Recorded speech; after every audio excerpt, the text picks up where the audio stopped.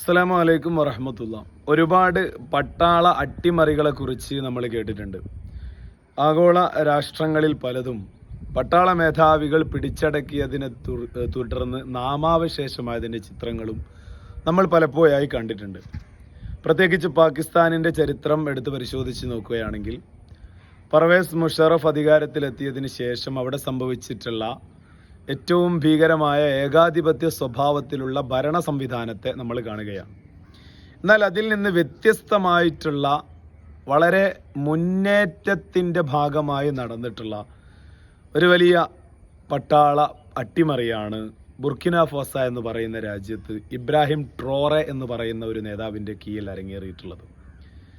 34-കാരനായ ഇദ്ദേഹം ബുർക്കിന ഫാസ എന്ന് പറയുന്ന തൻ്റെ രാഷ്ട്രത്തിൽ ഏറ്റവും വലിയ വിപ്ലവാത്മകപരമായ വൈജ്ഞാനിക അതുപോലെ തന്നെ വിദ്യാഭ്യാസ മുന്നേറ്റങ്ങൾക്ക് പ്രാധാന്യം കൊടുത്തുകൊണ്ട് രാജ്യത്തെ മന്ത്രിസഭാംഗങ്ങൾക്ക് പോലും സാലറി 50% കുറയ്ക്കുക എന്നത് ചെയ്തുകൊണ്ട് രാജ്യത്തിന് വേണ്ടി അധ്വാനിക്കുന്ന ഉദ്യോഗസ്ഥരുടെ സാലറി ഇൻക്രീസ് ചെയ്തുകൊണ്ട് അതുപോലെ തന്നെ അവിടെയുള്ള സ്വർണ്ണ ഖനി ദേശസാൽക്കരിച്ചുകൊണ്ട് ലോക ശ്രദ്ധ പിടിച്ചുപറ്റുകയാണ്.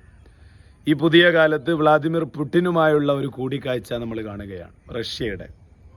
സത്യത്തിൽ ആഗോള രാഷ്ട്രീയത്തിൽ തിളക്കമാർന്ന ഒരു മുന്നേറ്റമാണ് ബുർക്കിന ഫാസോ എന്ന് പറയുന്ന കുഞ്ഞു രാജ്യത്തിൽ ഏറ്റവും വലിയ ആധുനിക വിപ്ലവങ്ങൾ സൃഷ്ടിക്കാൻ ഇബ്രാഹിം ട്രോറയ്ക്ക് സാധിച്ചത്. അദ്ദേഹത്തിൻ്റെ കോൺഫിഡൻസ് ആണ്, അതുപോലെ തന്നെ എളിമയാർന്ന ജീവിത ശൈലിയാണ്. 34-കാരനായ ആ മനുഷ്യൻ്റെ എളിമയാർന്ന ജീവിതവും അതേപോലെ തന്നെ കൃത്യമായ രാഷ്ട്രീയ അവബോധവും ഉള്ളതുകൊണ്ട് ബുർക്കിന ഫാസോ ഇന്ന് ലോകശ്രദ്ധ പിടിച്ചു പറ്റുകയാണ്. ഏറ്റവും നൂതനമായി വളരുന്ന സാങ്കേതിക വിദ്യകൾ അതിനെ കൃത്യമായി ഇംപ്ലിമെൻ്റ് ചെയ്യാൻ ഇബ്രാഹിം ട്രോറയ്ക്ക് സാധിച്ചിട്ടുണ്ട്.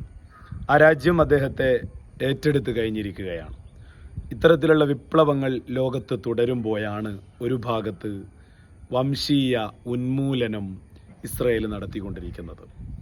അവിടെയാണ് നമ്മൾക്ക് പറയാനുള്ളത്, കൃത്യമായി മനുഷ്യരാശിയെ കൊന്നൊടുക്കുന്ന ഈ വർഗീയ ഫാസിസ്റ്റ് ചിന്താധാരയെ തീർത്തും ഉന്മൂലനം ചെയ്യാൻ വേണ്ടിയുള്ള നടപടികൾ ആഗോള രാജ്യങ്ങൾ എടുക്കേണ്ടതുണ്ട്.